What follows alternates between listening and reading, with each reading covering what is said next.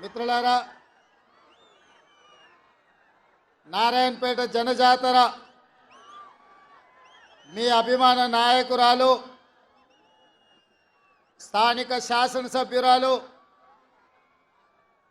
Doctor Parnika గారి అధ్యక్షతన ఈ కార్యక్రమాన్ని చేపడితే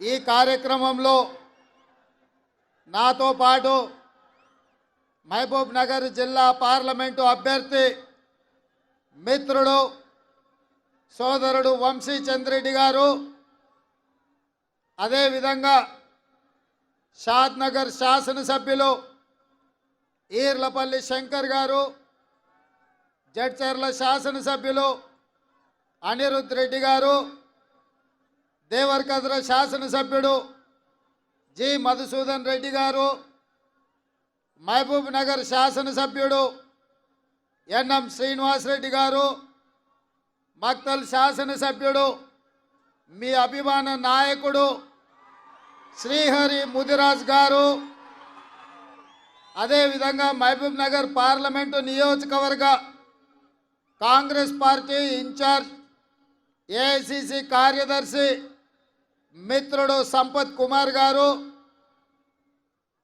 కొడంగల్ మాజీ శాసనసభ్యులు పెద్దలు గురునాథ్ రెడ్డి గారు, అదేవిధంగా మహబూబ్ నగర్ మాజీ పార్లమెంట్ సభ్యులు ప్రభుత్వ ప్రత్యేక సలహాదారుడు అన్న పెద్దలు జితేందర్ రెడ్డి గారు, ఓబేదుల్లా కోత్వాల్ గారు, గద్వాల్ జిల్లా పరిషత్ చైర్పర్సన్ శ్రీమతి సరిత తిరుపతయ్య గారు, అదేవిధంగా వేదిక మీద ఉన్న పెద్దలు ముఖ్యంగా మక్తల్ నారాయణపేట్ కాంగ్రెస్ పార్టీ జిల్లా పార్టీ అధ్యక్షులు, మండల పార్టీ అధ్యక్షులు, గ్రామ శాఖ అధ్యక్షులు, ఎంపీటీసీలు, జడ్పీటీసీలు, అదేవిధంగా జిల్లా పరిషత్ సభ్యులందరికీ మనస్ఫూర్తిగా ధన్యవాదాలు, కృతజ్ఞతలు తెలియజేస్తున్న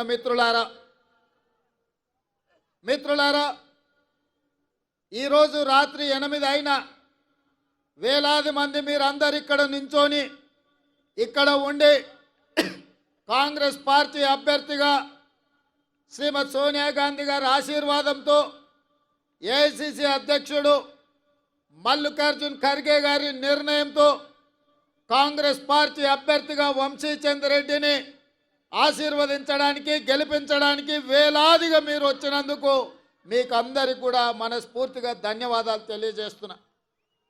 ఇదే వేదిక మీద నవంబర్ మాసంలో మీ అందరి దగ్గరకు వచ్చి ఆనాడు ఇక్కడి నుండే మీకు అందరికీ విజ్ఞప్తి చేసిన ఈ ప్రాంత ప్రజలకు చిరపరిచితుడు, కొన్ని దశాబ్దాల కాలం ఈ ప్రాంత అభివృద్ధి కోసం ఈ ప్రాంత ప్రజలకు అండగా నిలబడ్డ కీర్తిశేషులు చిట్టం నర్సిరెడ్డి గారి మన్వరాలు, కీర్తిశేషులు మిత్రుడు వెంకటేశ్వర రెడ్డి గారి కుమార్తె డాక్టర్ పర్ణికను మీరు ఎమ్మెల్యేగా గెలిపించండి.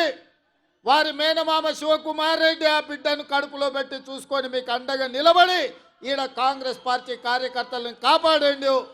మీరు అండగా నిలబడి గెలిపించండి.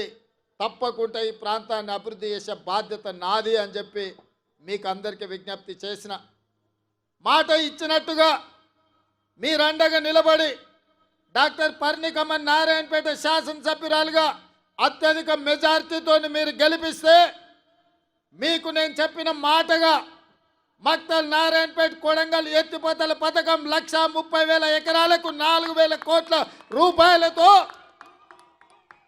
ఈ ప్రాంతానికి మంజూరు చేసి ఎడారిగా మారిన ఈ ప్రాంతాన్ని సస్యశ్యామలం చేయాలి. మన పక్కనే పరవళ్ళు దక్కుతున్న కృష్ణానది జలాలు గ్రామాన ప్రతి ఎకరాకు నీళ్లు ఇవ్వాలి అన్న ఆలోచనతోని మన కాంగ్రెస్ పార్టీ నిర్ణయం తీసుకుంది.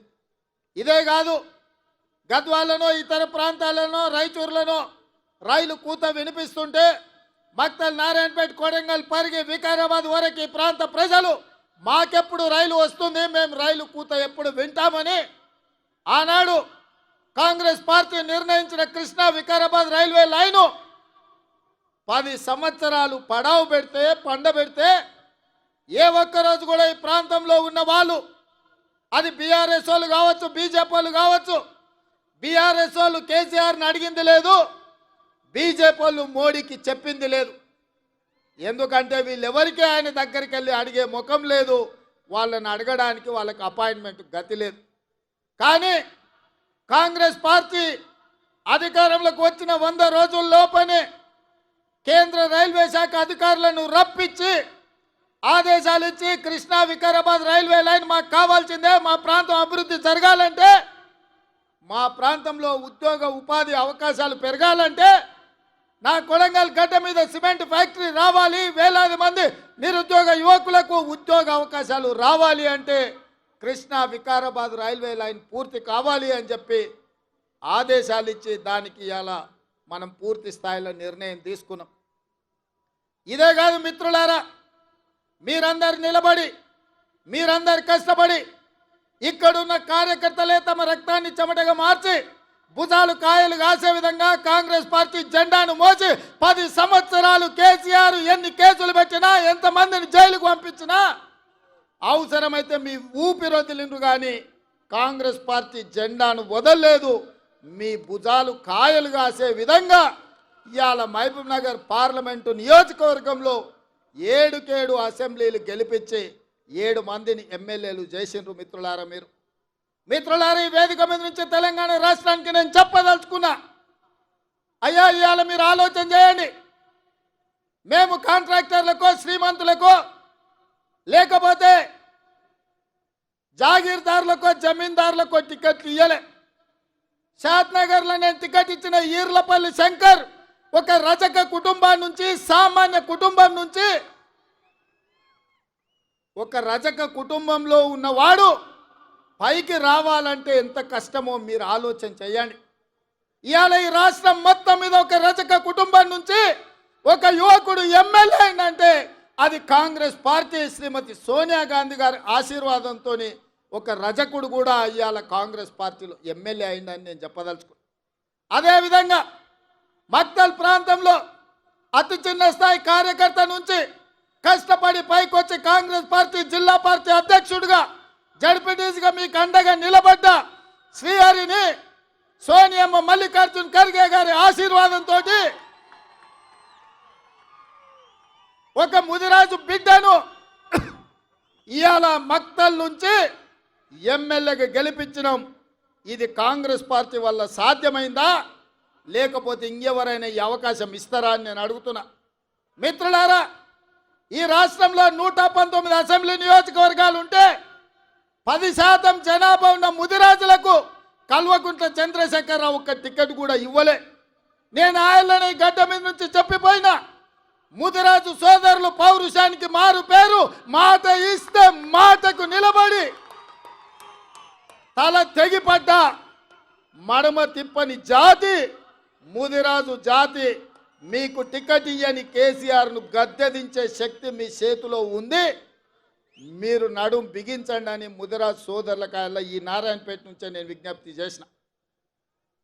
మాట ఇచ్చినట్టుగానే ఈ రాష్ట్రంలో ముదిరాజులకు టికెట్ ఇవ్వని కేసీఆర్ అధికారంలో ఉండడానికి లేదని ముదిరాజు సోదరులందరూ కేసీఆర్ని గోతి తీసి పాతి పెట్టి బొందలో పెట్టిండ్రు. ఇవాళ శ్రీహరి మీ ఎమ్మెల్యేగా, మా మిత్రుడుగా, ముదిరాజు బిడ్డగా ఇవాళ శాసనసభకు నాయకత్వం వహిస్తున్నాడు. అదే కాదు మిత్రులారా, ముదిరాజులను ఆనాడు బీసీ ఏ గ్రూప్లో ఉంటే కొన్ని ప్రత్యేకమైన పరిస్థితుల్లో ఏ గ్రూప్ నుంచి డి గ్రూప్కు మారవడం జరిగింది. ఇవాళ కేసు సుప్రీంకోర్టులో ఉంది. కేసీఆర్ నిర్లక్ష్యం వల్ల, కేసీఆర్ పట్టించుకోకపోవడం వల్ల, కేసీఆర్ సమర్థవంతమైన వాదన తెలంగాణ ప్రభుత్వం నుంచి సుప్రీంకోర్టులో వినిపించకపోవడం వల్ల ఇవాళ ఎన్నో లక్షలాది ఉద్యోగాల నియామకాలలో ముదిరాజు బిడ్డలకు అన్యాయం జరుగుతుంది. ఇవాళ ముదిరాజులను బీసీ డి గ్రూప్ నుంచి ఏ గ్రూపులకు మారవాలి అని అంటే ఈ గడ్డ మీద మళ్ళా కాంగ్రెస్ పార్టీ జెండా ఎగరాలి. మీ తరపున సిపాయిగా ఢిల్లీలో కొట్లాడాలి అంటే మీ వాదన బలంగా వినిపించాలి. మంచి మంచి వకీళ్లను పెట్టి వాదించాలి అంటే వంశీచంద్రెడ్డి ఢిల్లీలో ఎంపీగా ఉండాలి. ఇవాళ ముదిరాజ్ సోదరులు నేను ఒక మాట ఇవ్వదలుచుకున్న ప్రత్యేకంగా ఈ రాష్ట్రంలో ఉన్న తెలంగాణలో ఉన్న 10% ముదిరాజు బిడ్డలారా మీరు ఆలోచన చేయండి. మీ బిడ్డకు కేసీఆర్ ప్రాతినిధ్యం వహించే గజ్వేల్ సిద్దిపేట ఉన్న పార్లమెంటు మెదక్కు నీలం మధు ముదిరాజును కాంగ్రెస్ పార్టీ టికెట్ ఇచ్చింది. కానీ అదే కేసీఆర్ నాయకత్వం వహిస్తున్న మెదక్కు కేసీఆర్ వెంకట్రామరెడ్డికి టికెట్ ఇచ్చాడు. మేమేం ఆలోచన చేస్తామో కేసీఆర్ ఏం ఆలోచన చేస్తాడో మీరు ఒక్కసారి ఆలోచన చేయండి. అందుకే ఇవాళ ఈ వేదిక మీద నుంచి మీకు ఒక మాట ఇవ్వదలుచుకున్నా. మెదక్లో నీలం ముదిరాజుని గెలిపించండి, మహబూబ్నగర్లో వంశీ చంద్రెడ్డిని గెలిపించండి, తెలంగాణలో 14 సీట్లు ఇవ్వండి. ఆగస్టు 15 తారీఖు లోపల మీ ముదిరాజు బిడ్డను మంత్రిని చేసే బాధ్యత నాది. మీకు శక్తి ఉంది, మీకు యుక్తి ఉంది, మీకు పట్టుదల ఉంది, మీకు పౌరుషం ఉంది, పోరాడే శక్తి మీకుంది. ఇదంతా సంఘటితమై మీరందరూ ఏకమై తెలంగాణ గడ్డ మీద కాంగ్రెస్కు 14 సీట్లు ఇవ్వండి. మీ బిడ్డను 15 ఆగస్టు తిరిగే లోపల మంత్రిని చేసే బాధ్యత నేను తీసుకుంటా, మీకు మాట ఇస్తున్నా అని చెప్పి నేను ఈ వేదిక మీద నుంచి మీకు చెప్తున్నా. మిత్రులారా, రాజకీయంగా ఇవాళ ముదిరాజులు వెనుకబడ్డారు, మా మాదిగ సోదరులు వెనుకబడ్డారు. ఉద్యోగ ఉపాధి అవకాశాలలో వాళ్ళకు రావాల్సిన అవకాశాలు రాక పీజీలు పిహెచ్డీలు చదువుకున్న మాదిగ సోదరులు ఇవాళ అన్యాయానికి గురవుతున్నారు.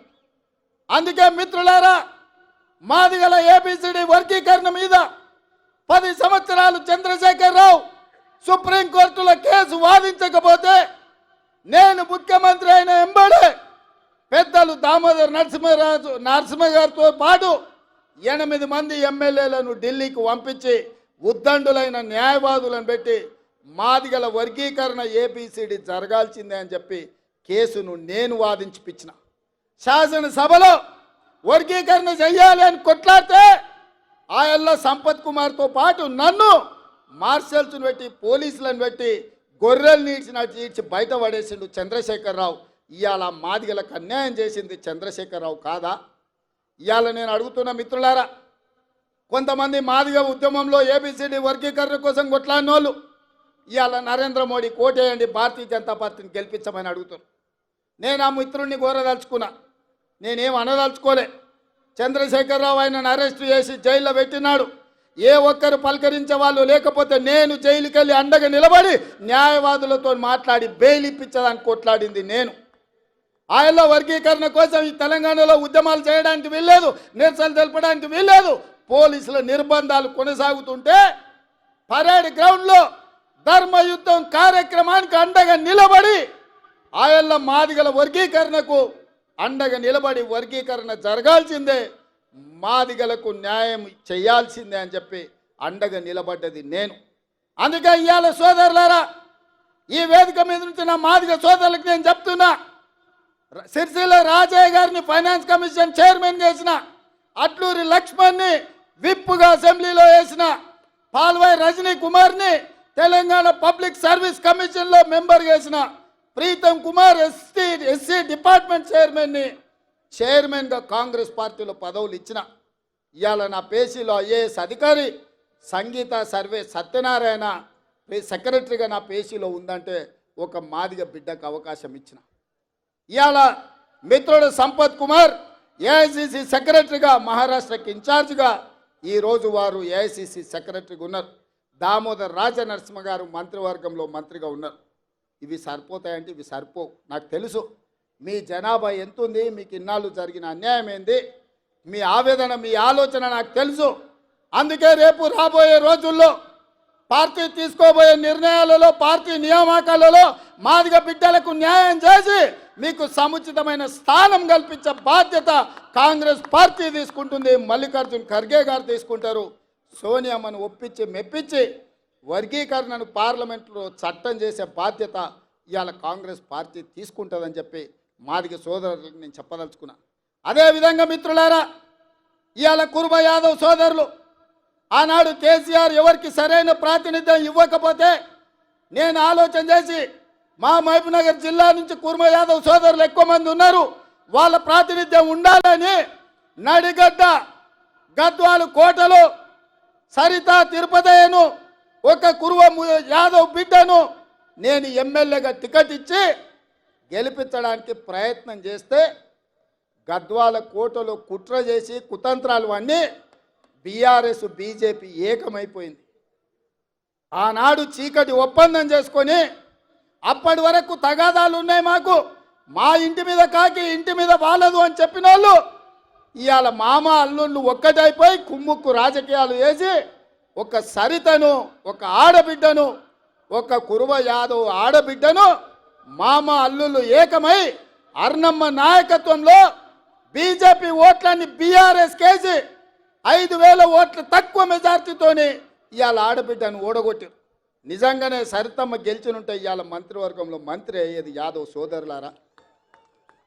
కేసీఆర్ మంత్రివర్గంలో మహిళలకు స్థానం లేకుండే, మన మంత్రివర్గంలో సీతక్కకు ఆదివాసి బిడ్డకు కొండా సురేఖ ఒక బలహీన వర్గాల బిడ్డకి ఇచ్చినాం. సరితమ్మ గెలిచినుంటే ఇవాళ మన మంత్రివర్గంలో మంత్రి అయ్యి ఉండేది. అంటే ఎన్నికలు వచ్చినప్పుడు పేదోళ్ళని గెలవాల్సినప్పుడు పేదలకు న్యాయం చేయాలని కాంగ్రెస్ అనుకున్నప్పుడు బంగ్లా రాజకీయాలు కుమ్ముక్కు రాజకీయాలు అర్నమ్మ దివాలకు రాజకీయాలు ఎట్లుంటాయో ఇవాళ కుర్మ యాదవ్ సోదరులారా మీరు ఆలోచన చెయ్యండి. అందుకే ఇక్కడ అన్యాయం జరిగిందని అనిల్ కుమార్ యాదవ్ను ఏమాహేమిలు ఉద్దండులు యోధులు ఉన్న వాళ్ళని కాదని రాజ్యసభలో మీ యాదవ్ బిడ్డను అనిల్ కుమార్ యాదవ్ను రాజ్యసభలో 10 పైసలు ఖర్చు లేకుండా నామినేషన్కు 10,000 కూడా పార్టీ కట్టి ఇవాళ 200-300 కోట్లు ఖర్చు పెట్టిన రాని ఎంపీ పదవి ఇవాళ యాదవ్ల బిడ్డకు కాంగ్రెస్ పార్టీ ఇచ్చింది. ఈ అన్నీ జరిగినాయంటే ఒక రజక ఈర్లపల్లి శంకర్ ఎమ్మెల్యే అయిందన్నా, ఒక ముదిరాజు బిడ్డ శ్రీహరి ఎమ్మెల్యే అయిందన్నా, ఒక సరితమ్మకు యాదవ్ బిడ్డకు ఎమ్మెల్యే టికెట్ వచ్చిందన్నా, ఒక అనిల్ కుమార్ యాదవ్ ఇవాళ రాజ్యసభ సభ్యుడైందన్నా, ఒక మాదిగ బిడ్డ సంపత్ కుమార్ ఏఐసిసి సెక్రటరీ అయిందన్నా, మహబూబ్నగర్ పార్లమెంట్కి ఇన్ఛార్జిగా ఇవాళ నేను ఎక్కడ నాయకత్వం వహిస్తున్నానో అక్కడ నాయకుడిగా ఇవాళ నాయకత్వం వహిస్తున్నాడంటే ఇవన్నీ సామాజిక వర్గాలకు కాంగ్రెస్ పార్టీ న్యాయం చేయాలని ఆలోచన చేసింది కాబట్టి ఇవన్నీ జరిగినాయి సోదరులారా. ఇవాళ పర్ణిక రాజకీయ అనుభవం లేకపోవచ్చు, కానీ వాళ్ళ తాత తండ్రి ఇచ్చిన వారసత్వం వాళ్ళ మేనమామ నేర్పిన విద్య ఏదైతుందో ఈ ప్రాంత పేదలకు న్యాయం జరగాలి, నారాయణపేట మున్సిపాలిటీకి అండర్ గ్రౌండ్ డ్రైనేజ్ కావాలి అని ఇవాళ మీ ముందు అడిగింది. నేను మీకు మాట ఇస్తున్నా, తప్పకుండా నారాయణపేట మున్సిపాలిటీకి అండర్ గ్రౌండ్ డ్రైనేజ్ ఇచ్చే బాధ్యత నాది. ఈ ప్రాంత అభివృద్ధి కోసం నిధుల మంజూరు కోసం అండగా ఉండడానికి నేను బాధ్యత తీసుకుంటున్నాను మిత్రులారా, మీకు అందరికీ తెలియజేస్తున్నా. అదేవిధంగా మిత్రులారా, ఇవాళ అర్ణం అంటుంది మోడీని ప్రధాని చేయాలి, రేవంత్ రెడ్డిని ఓడగొట్టాలని. నేను అడుగుతున్నా, 10 ఏళ్ల నుంచి నరేంద్ర మోడీ ప్రధానమంత్రిగా ఉన్నాడు కదా, ఏ రోజైనా పాలమూరు రంగారెడ్డి ఎత్తిపోతల కోసం 10 పైసలు తెచ్చినవా? జాతీయ హోదా తీసుకొచ్చినవా? మా మాదిగ బిడ్డల ఏబిసిడి వర్గీకరణ కోసం ఏ రోజైనా ప్రధానమంత్రిని కలిసినవా? మా ముదిరాజు బిడ్డలు డి గ్రూప్ నుంచి ఏ గ్రూప్ మార్పించడానికి మీ నాయకుడు నరేంద్ర మోడీ దగ్గరికి ఎప్పుడన్నా మా వాళ్ళను తీసుకెళ్ళినవా అని నేను అడుగుతున్నా. ఇవాళ మహబూబ్నగర్ రాయచూర్ రోడ్డు ఎందుకు పడావు పడ్డది? దాని కాంట్రాక్టర్లు ఎవరు? ఆ నిధులకు దోపిడీకి పాల్పడ్డది ఎవరు అని నేను అడుగుతున్నా. ఎప్పుడైనా కృష్ణా వికారాబాద్ రైల్వే లైన్ గురించి నరేంద్ర మోడీని కలిసినవా? లేకపోతే మక్తల్ నారాయణపేట కొడంగల్ ఎత్తిపోతల పథకానికి జాతీయ నిధులు ఏమైనా తీసుకురావడానికి ప్రయత్నం చేసినవా? 10 ఏళ్ళు నరేంద్ర మోడీ ఉండి పాలమూరుని ఎండబెట్టి ఈ ప్రాంత రైతులు ఈ ప్రాంత పేదలు లక్షలాదిగా వలసలిపోతుంటే ఒక్కరోజు పట్టించుకోలేదు. అయినా బీజేపీకి ఓటు అడుగుతున్నావు. ఇవాళ రేవంత్ రెడ్డిని ఓడగొట్టమంటున్నావు. నేను అడుగుతున్న మిత్రులారా, ఈడున్న యువకులను, తెలంగాణ రాష్ట్రం నలుమూల ఉన్న వాళ్ళని నేను ఆలోచన చేయమంటున్నా. 100 రోజుల్లో మీకందరికీ ముఖ్యంగా ఆడబిడ్డలకు ఆర్టీసీలో ఉచిత బస్సు ప్రయాణం ఇచ్చినాం. ఇవాళ 35 కోట్ల మంది ఆడబిడ్డలు బస్సుల్లో ఉచితంగా ప్రయాణం చేసిండ్రు. ఇవాళ శ్రీశైలం నుంచి మొదలు పెడితే గుళ్ళు గోపురాలకు అన్నిటికీ అమ్మగారింటికి అత్తగారింటికి ఆడబిడ్డలు ఉచితంగా బస్సులో ప్రయాణం చేస్తున్నారు.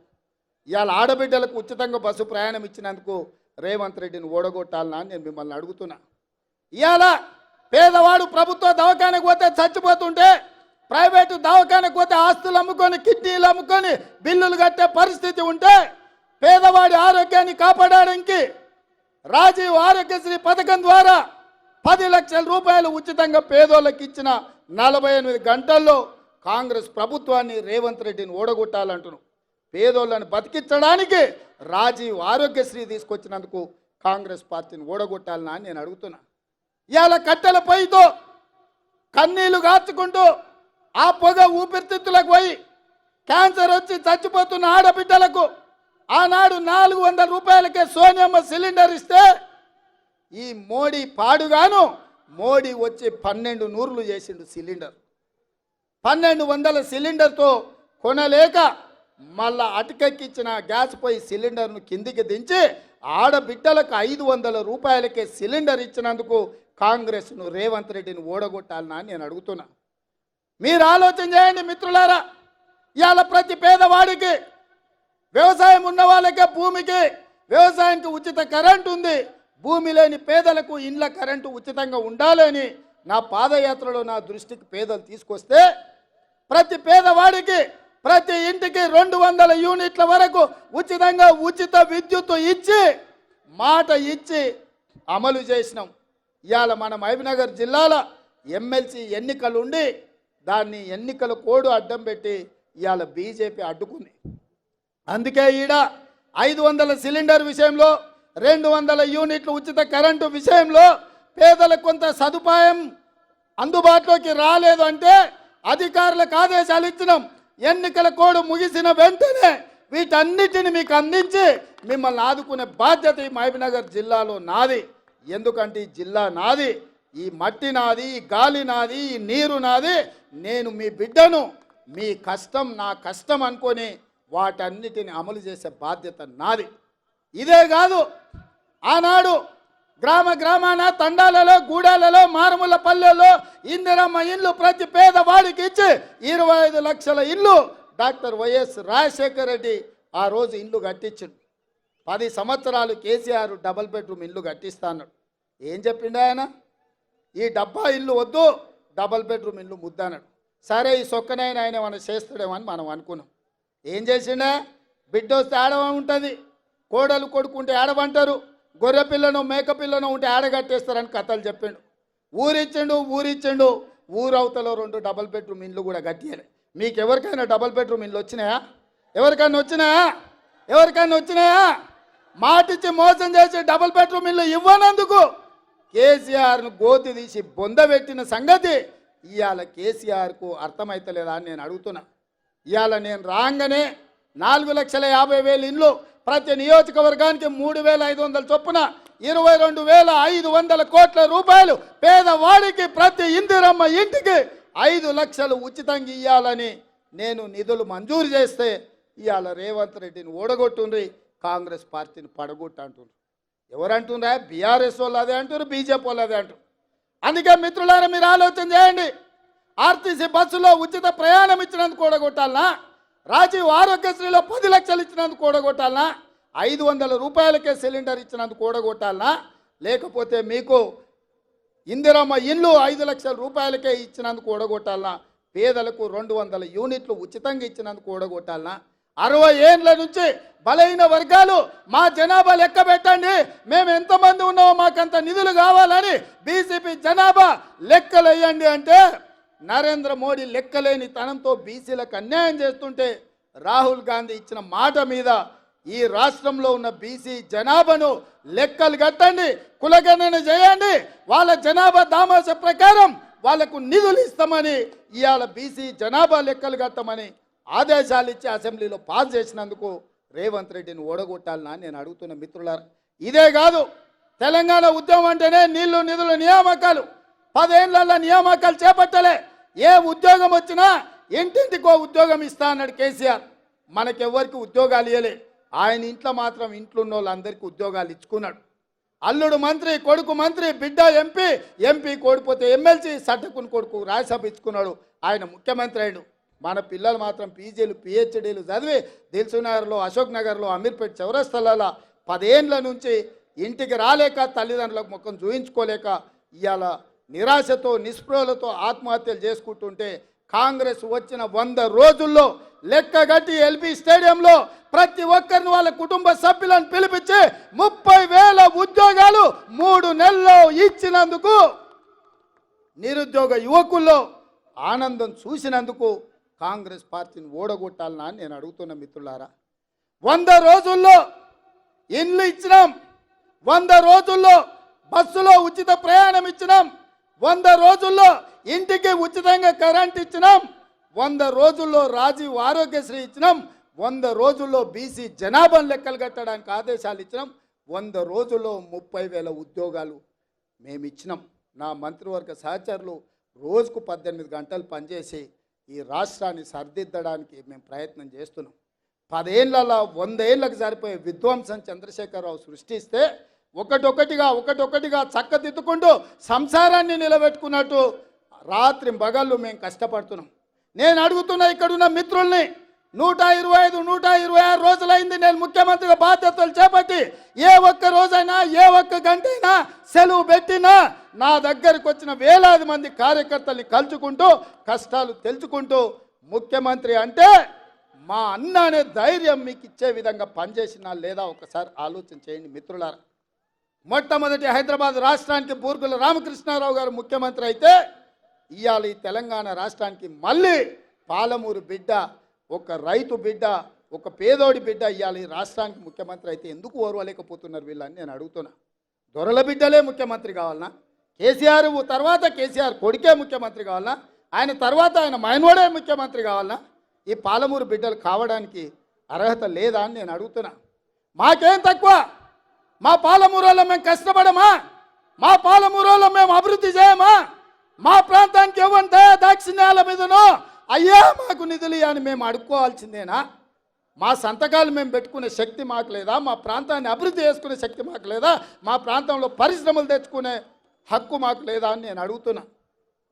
ఇవాళ దొంగలతో చేరి కుట్రలు కుతంత్రాలతోని అర్ణమ్మ బీజేపీ ముసుగులో బీఆర్ఎస్ వాళ్ళతో కుమ్ముకై ఇవాళ రేవంత్ రెడ్డిని పడగొట్టాలి, రేవంత్ రెడ్డిని బలహీనం చేయాలి, తద్వారా పాలమూరు జిల్లాను ఎండబెట్టాలన్న ఆలోచన చేస్తుంది. ఇవాళ మీరు ఆలోచన చేయండి. మన్నే శ్రీనివాసరెడ్డి 5 ఏళ్ళు మనకి ఎంపీ. ఏడున్నాడా ఆయన? ఇంట్లో లేడు, సొంట్లో లేడు, సోయిలో లేడు. మీ ఎమ్మెల్యేలు పాతోళ్ళు 10 ఏళ్ళు ఎమ్మెల్యేలు ఉన్నారు. ఎవడన్నా బీఆర్ఎస్ కోటేమని అడుగుతుండా? ఎవడన్నా ఊర్లలోకి వచ్చిండా? మిమ్మల్ని నమ్ముకొని మీ ఎంబడి ఉండి మీ జెండా మోసి మిమ్మల్ని ఎమ్మెల్యేలు చేస్తే ఇవాళ గ్రామాలల్లో బీఆర్ఎస్ కార్యకర్తలను బీజేపీలకు అమ్మేసి వాళ్ళ కింద గులాంగిరి చేయండి, తాబేదారులుగా మారండి అని ఒకడు పోయి రాయచూరులో ఉన్నాడు, ఒకడు పోయి హైదరాబాద్లో ఉండు, ఒకడు పోయి ఎన్నో కాంట్రాక్టులు చేసుకుంటారు. ఇవాళ ఏం జరుగుతుందో ఒక్కసారి ఆలోచన చేయండి. గద్వాల బంగ్లా కుమ్ముక్కు రాజకీయాలు, ఆనాడు బీజేపీలు బీఆర్ఎస్ కోటేసారు కాంగ్రెస్ పార్టీని సరితమ్మను ఓడించడానికి. ఇవాళ మహబూబ్నగర్ జిల్లాలో బీఆర్ఎస్ వాళ్ళు బీజేపీని గెలిపించడానికి కుమ్ముక్కు రాజకీయాలు చేస్తున్నారు. సోదరులారా ఒక్కసారి ఆలోచన చేయండి. ఇవాళ సిట్టింగ్ ఎంపీ మొన్నటి వరకు 7 వాళ్ళ చేతుల్నే ఎమ్మెల్యేలు ఉండే, ఒక్కడు కూడా ఊర్లలోకి వస్తలేడు, ఒక్కడు కూడా కారుకు ఓటు అడుగుతలేడు. అంటే ఆ పార్టీ చచ్చిందా లేకపోతే వీళ్ళు వదిలేసిందా అని నేను అడుగుతున్నా.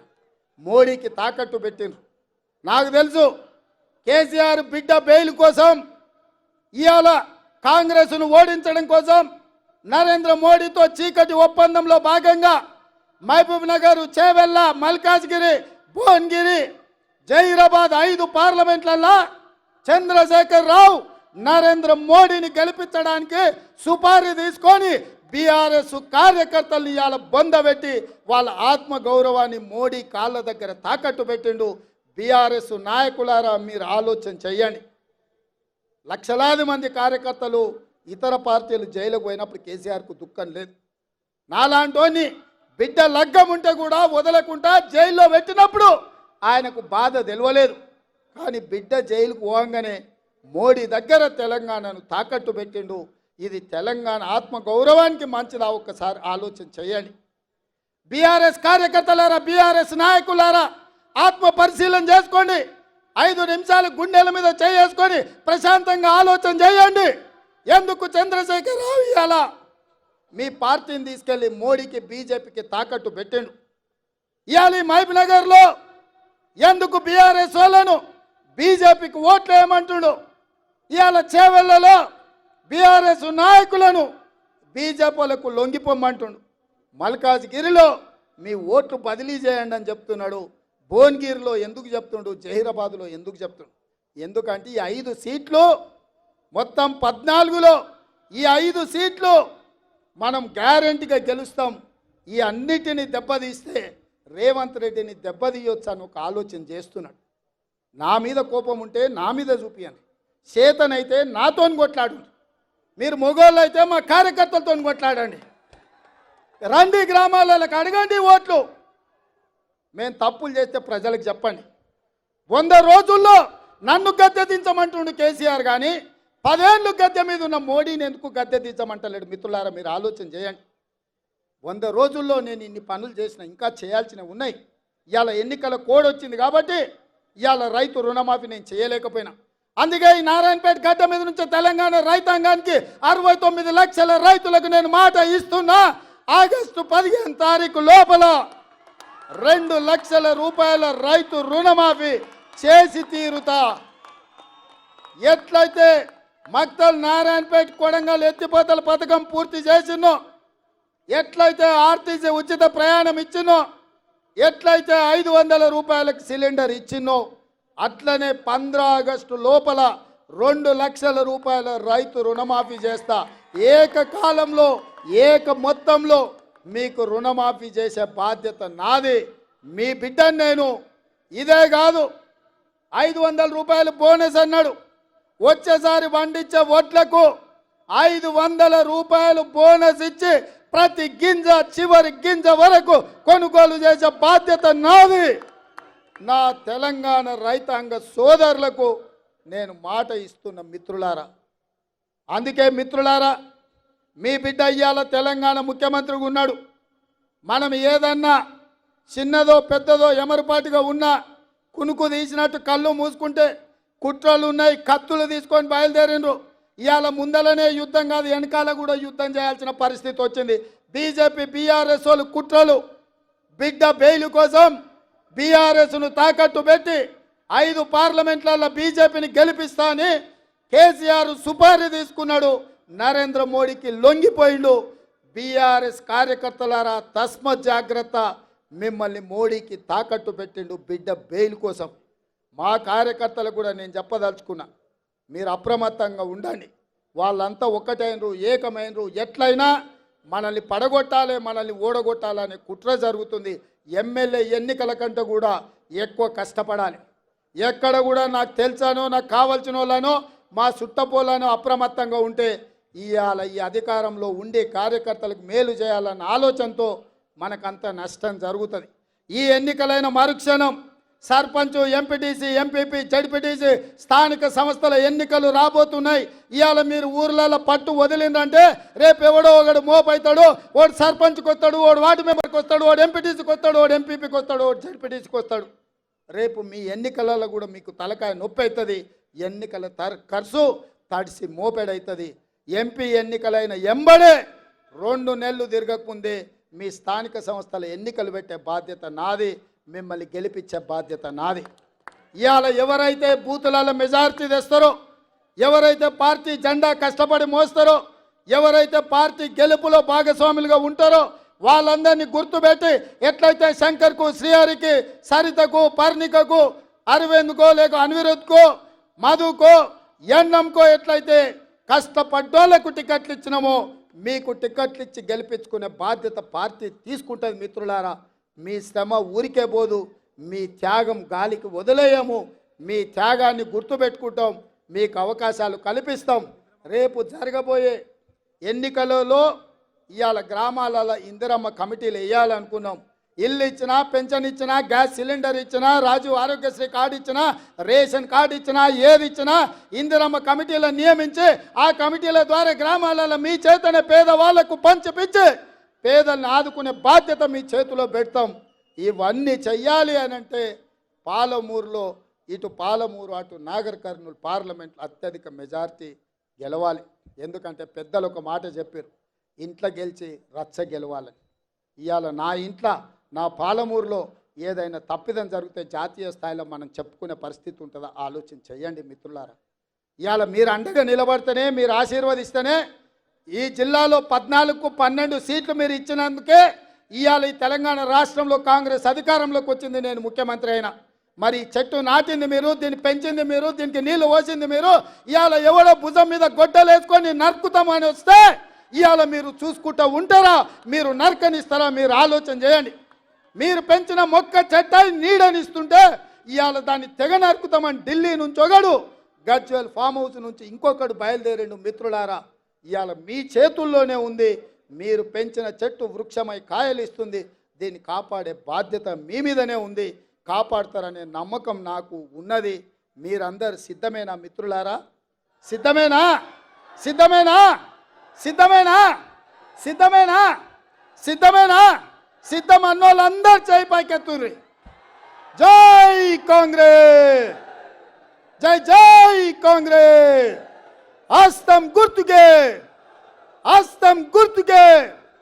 మిత్రులారా, మిత్రుడు వంశీచంద్రెడ్డిని ఈ పాలమూరు పార్లమెంట్ సభ్యుడిగా 1,00,000 మెజార్టీతో గెలిపించండి. మీ తరఫున ముదిరాజుల ఏ కేటగిరీ కోసం, మాదిగల ఏబిసిడి వర్గీకరణ కోసం ఢిల్లీలో నా మిత్రుడిగా మీ ఎంపీగా మీకోసం కొట్లాడతాడు, మీకు అండగా నిలబడతాడు. మీరందరూ అండగా నిలబడాల్సిందిగా కోరుకుంటూ మీ అందరి దగ్గర సెలవు తీసుకుంటున్న మిత్రులారా, జై కాంగ్రెస్.